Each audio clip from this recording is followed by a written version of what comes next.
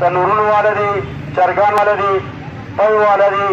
د دې نه علاوه به مکمل طور بازار ماسخوتن د 8 بجو نه بعد بند دي. په صورت دیگر د کوم دکان خلاف ورزي کړې وه د هغه دکان خلاف به قانوني کاروایي په عمل کې راوستی شي. دویم، ضلع انتظامیې د کرونا بیمارۍ د مخنیوي د روکتام دپاره ماسک لګول ضروري قرار کړي دي، بلکې ماسک نه لګول جرم قرار شوی دی. لہذا ټولو عوامو ته دکاندارانو ته دا هدایت دی چې ماسک په باقاعده طور لګوئ. د نه لګولو په صورت کې به په هغه وخت باندې د 3000 روپو پورې جرمانه عاید کیږي.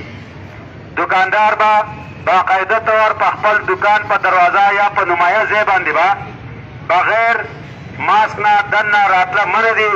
دا یو انتباهي بورډ به لګوي. دوران انسپیکشن کم دکاندار دا بورډ نو لګولی یا د ماسک نو لګولی یا د په دکان کې کسټمر او هغوی ماسک نو لګولی. په دې دریوانو صورتو کې به د دغه دکاندار خلاف قانوني کاروایي کېږي چې په هغې کې په هغې وخت باندې د 3000 روپو پورې د جرمانې د عاید کولو اختیار دی یا د هغې متبادل.